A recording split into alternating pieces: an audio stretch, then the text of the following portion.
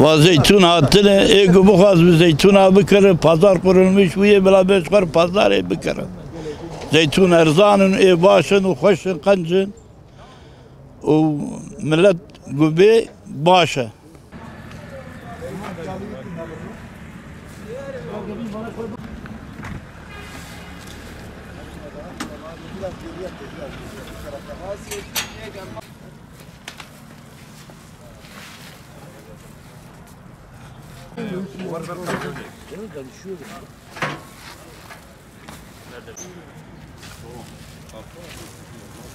Alo.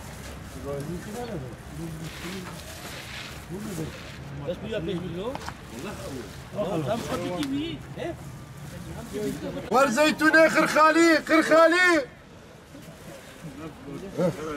زيتون أبو كرن بازارو ومسخرد قرن وبانا معجبان خودم أبدا هاستن فيتان ويقولوا باش زيتون خودي بابانا مستنديو خودم مرسال دكرنو خودم 10 كيلو كري أما 2000 كي خونن zeytune İskenderun ماجي مشخور زيتون هاتي كريه أمي من مالي بسكينة أمي أبي برا سر واندن أمي بزافان دقش بك عيا شيرين ببر أمي جاو خوي وان تشيكون أمي تخن ديسان سوراف كي أمي بخون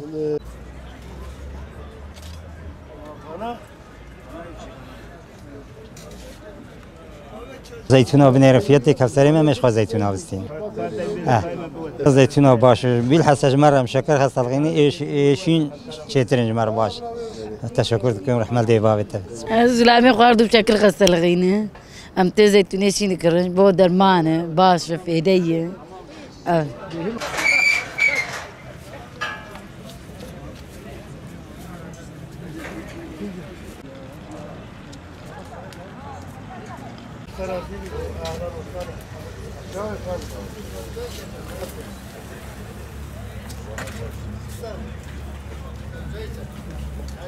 زيتون هذا فروشن هر سال بيشاغي ام زيتون هذا فروش كاري ما اف ايشاي زيتون بيم توشي دناكن يعني زمان الزيتون ام زيتون هذا فروشن يعني انسان تعدن مهات جيمه دقش كرن يك و زيتون حبكي بوهاي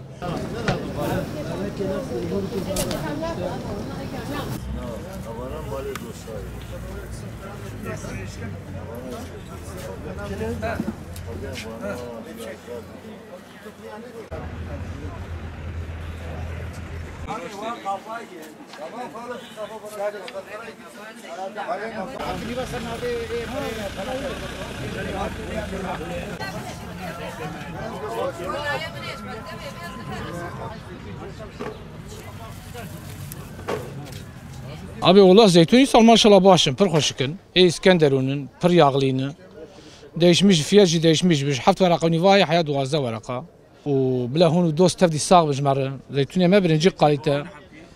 Kiloj 8 milyona 10 duazda haftuni yani var değişmişti bu. Evi huriye wana vorte boyun evci girsin. Evci girsin wan.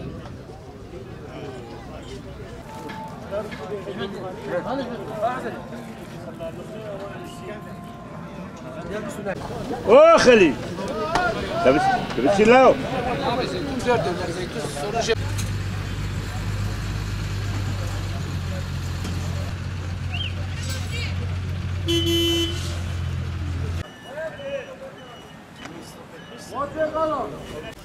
orijinal İskenderun abi.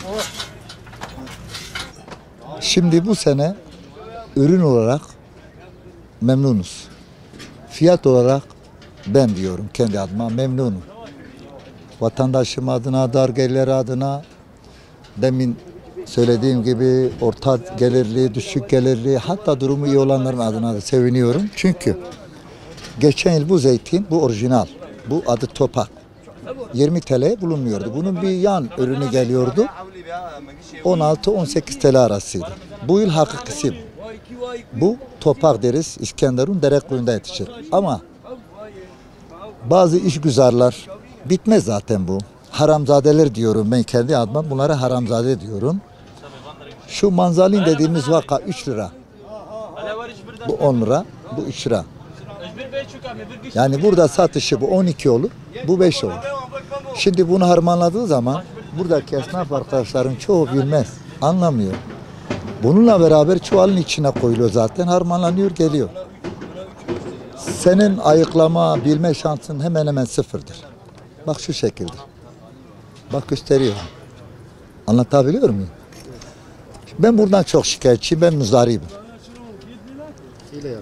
Tabii ben kabullenemiyorum ya. Ben kendim mümkün mertebe şu haramzadelerin yaptığı zeytinleri getirmemeye çok özen gösteriyorum. Ama buna inanın bak sesim de düşmüş.